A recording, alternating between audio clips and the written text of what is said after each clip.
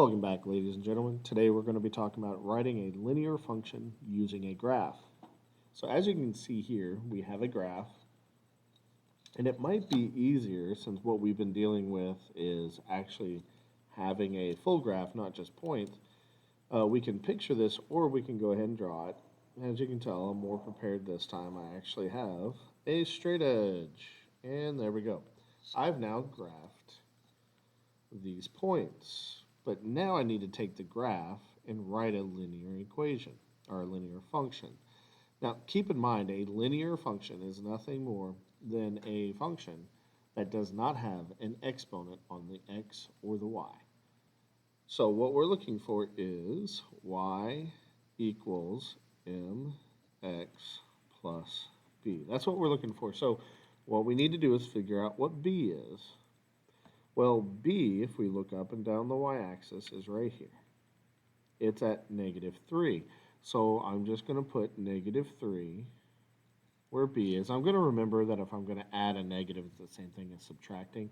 So I'm actually going to let that negative sign take over my operation. And then I'm going to have x, because x and y are going to stay the same. I'm just copying those down. Next, I'm looking for m. Well, m is going to be, let's see, it gave me the point on b, and it gave me this point here, so I'm just going to go up 1, 2, 3 times, so up 3. Then I'm going to go over 1, 2 to the right.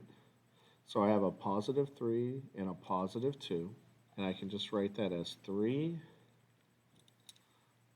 over 2. I now have a linear function that is an equation that represents the line.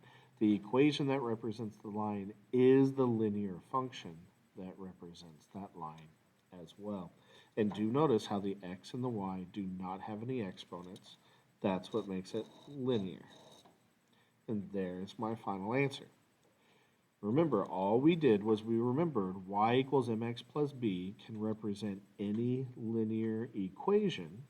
And our equation in this case and function are synonyms, so we can use one for the other. So then I recognized what b is at -3, and I went from point to point on that graph to find my slope. So I went up 3, right 2, so I had 3 over 2. When I put it all in, I get this equation or function.